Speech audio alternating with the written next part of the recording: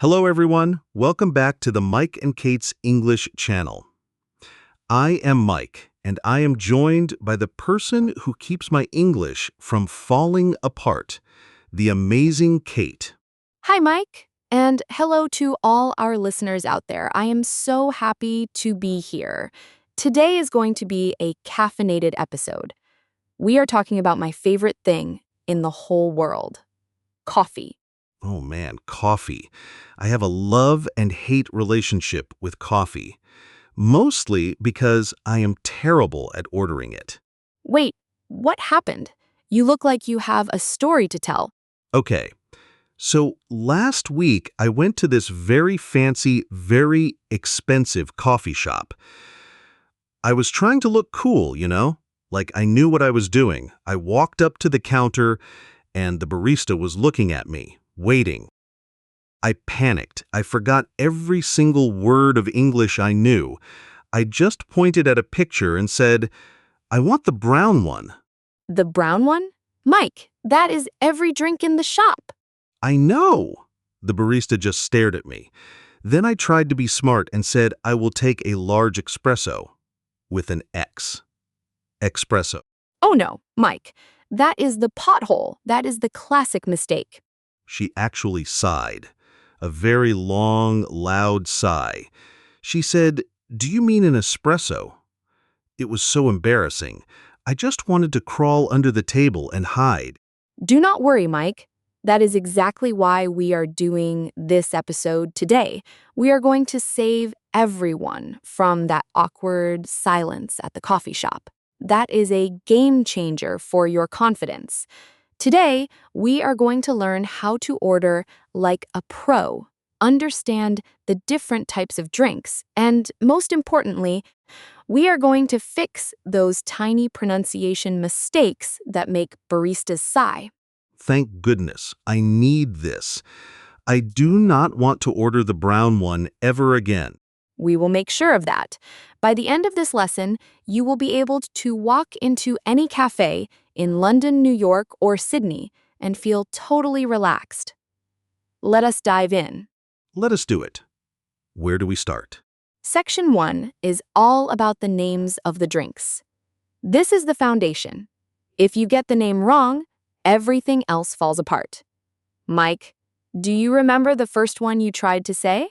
Yes, the tiny strong one, espresso, without the X. Exactly. Listen closely, everyone. There is no X sound. It is not expresso. It is espresso. S as in snake. Mike, try it for me. Espresso. Perfect. That is it. Now, let us talk about the Americano. This is a very common one. Mike, do you know what is inside an Americano? I think it is just coffee and water. Spot on. It is a shot of espresso with hot water added to it.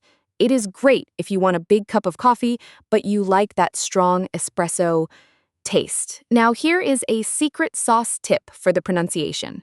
We do not say Americano as 5 separate words. We link it. How do we link it? We use a little hidden Y sound. Americano. Listen to how the sounds slide together. Americano. Americano. That sounds much more natural. Now, Mike, what about the milky ones? What is your favorite? I usually go for a latte. It feels safe. A latte is a great choice. It is espresso with lots of steamed milk. It is very smooth. But here is the thing. In many English-speaking countries, if you just say latte, people know what you mean. But the way we say it is important. It is not latte. It is latte. The first part is like saying at the doctor. Latte. Latte. Beautiful. Now, let us do our first linking drill. This is a big one. When we order, we usually say, "Can I have a?" But if you say those as 4 separate words, you sound like a robot. Mike, try to say it like a robot first. Can I have a latte? Right, we do not want that. In real life, the N in can moves to the I, and the V in have moves to the A. It sounds like this. Kunai hava. Wait, say that again slowly. Kuhnai hava. Kush nai hava. Yes, now add the drink. Kunai have lat. Could I have a latte? Wow, that feels so much faster. It is faster and it sounds much more like a native speaker. Let us try it with Americano. Kunai have a nu I ka no. Notice how the A from have a links to the A in Americano. It becomes one long word. Could I have an americano? Did I get it? You nailed it. That is exactly what we want.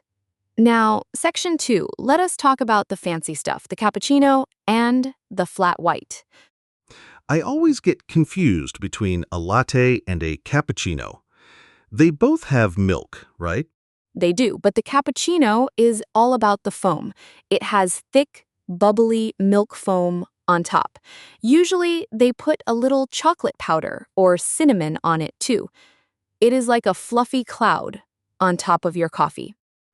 I like the fluffy cloud. How do we say it properly? Cappuccino. The stress is on the chi. Cappuccino. Cappuccino. Great. And then we have the flat white. This is very popular in Australia and New Zealand. It is smaller than a latte, but it has more coffee flavor. It is stronger and very smooth. Flat white. That one is easy to say. It is, but we can still link it. The T in flat is often a stop T. We do not say flat white with a big T sound. We almost hold our breath for a second. Fla white. Flaw white. Perfect. Now, let us talk about the cold stuff, especially for the summer. Cold brew. I love cold brew. It is so much smoother than regular iced coffee.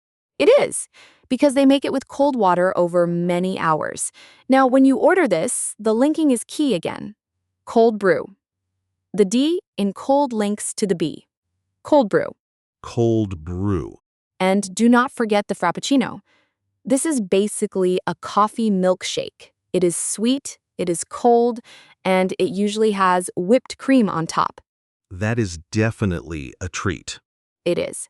Now, Mike, let us practice a little drill. I want you to try to order a cold brew using our link. Remember, kunai have. Okay. Kunai have a cold brew, please. Almost.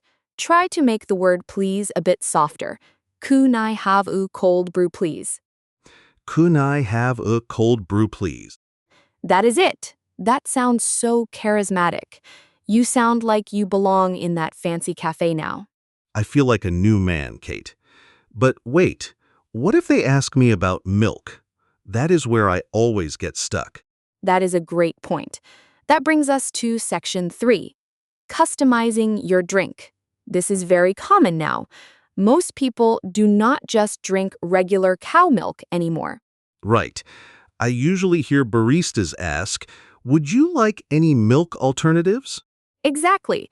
Alternatives just means other options. The 3 big ones are oat milk, almond milk, and soy milk. I like oat milk. It is creamy. Me too. It is a game changer for lattes. Now, let us look at the linking here. Oat milk. The T in oat is very soft. Oat milk. Oat milk. And almond milk. The D in almond is almost silent when we say it fast. Almond milk. Almond milk. Great. Now, let us practice the most important question. The size. Small, medium, or large? But Kate, what about that famous coffee shop where small is not called small? Ah, yes, Starbucks. This is a cultural context moment. In Starbucks, a small is a tall, a medium is a grande, and a large is a venti. That is so confusing. Why is the small one called tall? Honestly, Mike, nobody knows. It is just one of those things. But if you walk into a normal, local coffee shop and say tall, they might look at you funny.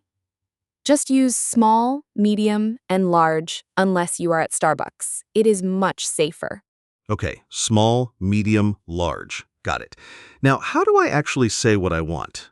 We use the phrase, I will have a, or I will take a, but we use the contraction, I will becomes I-ill.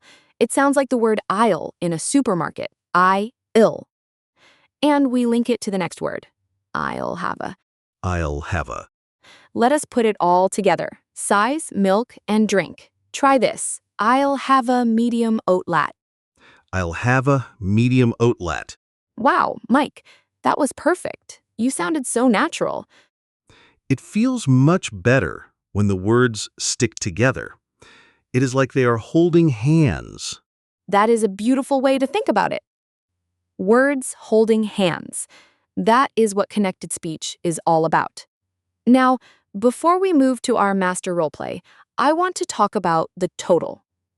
When the barista tells you the price, they might say, that will be $5.50. That is a lot of words. It is, but they usually say it fast. That'll be. Full beat. Exactly. They might just say 450. They leave out the words dollars and cents sometimes to be fast. Okay, so if they say 520, it means $5.20. You got it. Now, are you ready to put everything we learned into a real scene? I am nervous, but I am ready. Do not be nervous. You have the phrases. You have the linking. You have the pronunciation. You are ready to dominate this coffee shop. Okay, let us do it. We are now in the master roleplay. I will be the barista. Mike, you are the customer. We are going to speak at a natural speed. No stopping. Listen to how we use the phrases we just practiced.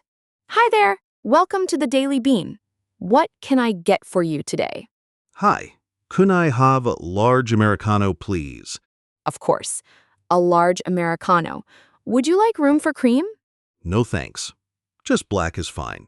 No problem. And would you like any pastries today? We have some fresh blueberry muffins. Oh, those look good. I'll take a muffin too. You got it. One large Americano and a blueberry muffin. That'll be $7.25. Here you go. Thanks. Can I get a name for the order? It is Mike. Great, Mike. We will call your name when it is ready at the end of the bar. Have a good one. Thanks. You too. And scene. Mike, that was incredible. You did not say espresso once. I did it. And I used could I have a and I'll take a. It felt so much smoother. It really did. And notice how I asked, would you like room for cream? That is a very common question in the US and Canada. It just means, do you want me to leave some space at the top of the cup so you can add milk yourself? Oh, I always wondered why they asked about room. I thought they were asking if I wanted to sit in a room. No, it just means space in the cup. If you drink it black, you say, no room, thanks, or all the way to the top, please. That is a great pro tip. I would have definitely said, yes, I like this room. That would have been funny, but maybe a bit confusing for the barista. Now, let us talk about one more cultural thing before we wrap up. The difference between to go and for here. Right. In my country, we usually just sit down. But here, everyone seems to be running. Exactly. If you want to take your coffee with you to work or for a walk, you say to go. I'll take that to go. But if you want to sit and enjoy the vibe of the cafe, you say for here, please. Is it rude if I do not say anything? It is not rude, but the barista will always ask you. It is better to be ready. It saves time. And baristas love it when customers are prepared. I want to be the customer that baristas love.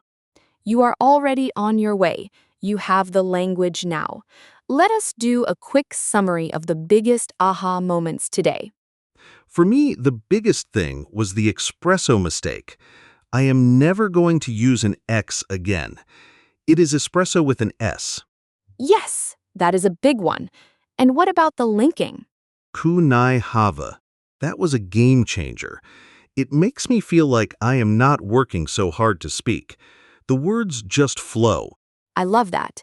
My pro tip for everyone listening is about the word please. In English, we use please a lot. If you just say a latte, it can sound a bit blunt or even rude. Always add please at the end. It makes a huge difference in how people treat you. That is true. It is a small word, but it has a lot of power. Exactly. Okay, everyone, it is time for your homework. We want you to go to the comments section and practice. Imagine you are in your favorite coffee shop. Write your order using the phrases we learned today. Use I'll hava or kuhnai hava. Tell us the size, the milk, and the drink. I will be checking the comments to see your orders. I cannot wait to see what you all drink. Mike, what are you going to do now? Honestly, I am going to go find that barista from last week and order a proper espresso. I need to show her my new skills. Go get them, Mike. You have got this. Thanks, Kate. And thank you everyone for listening. If you found this helpful, please subscribe to Mike and Kate's English channel.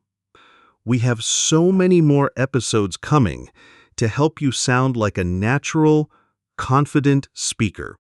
Yes! Give us a thumbs up and share this with a friend who is also learning English.